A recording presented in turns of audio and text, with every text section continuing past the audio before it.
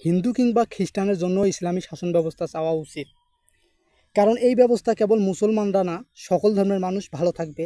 এখানে কথা বলার স্বাধীনতা এতই বেশি যে প্রধানমন্ত্রীর ভাষণ থামিয়ে একজন সাধারণ ব্যক্তি জিজ্ঞেস করতে পারবে যে আপনি রেশনের কাপড় আমার থেকে বেশি পেলেন কেমনে। এটা কোনো থিওরি না, ঐতিহাসিক সত্য।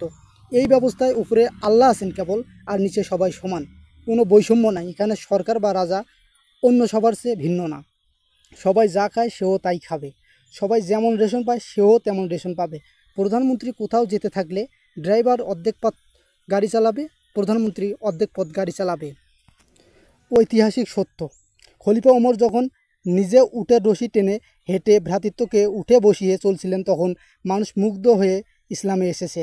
সব কিছু সম্ভব হয়েছে আল্লাহর আইন এবং কোরআনের সংবিধান বাস্তবায়নের ফলে।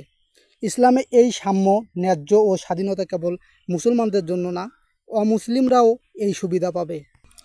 সবচেয়ে বড় ব্যাপার হচ্ছে এই ব্যবস্থায় প্রত্যেক ধর্মের মানুষ নিজ ধর্মের আইনে বিচার পাবার স্বাধীনতা রাখে।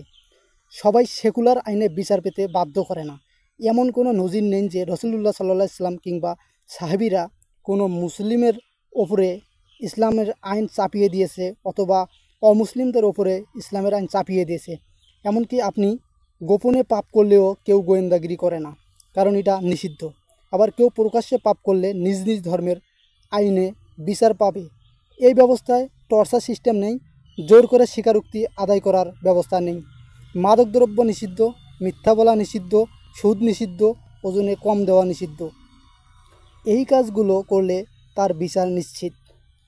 ব্যবস্থা হিসেবে হিন্দু মুসলিম নির্বিশেষে সবার জন্য কি উত্তম নয়?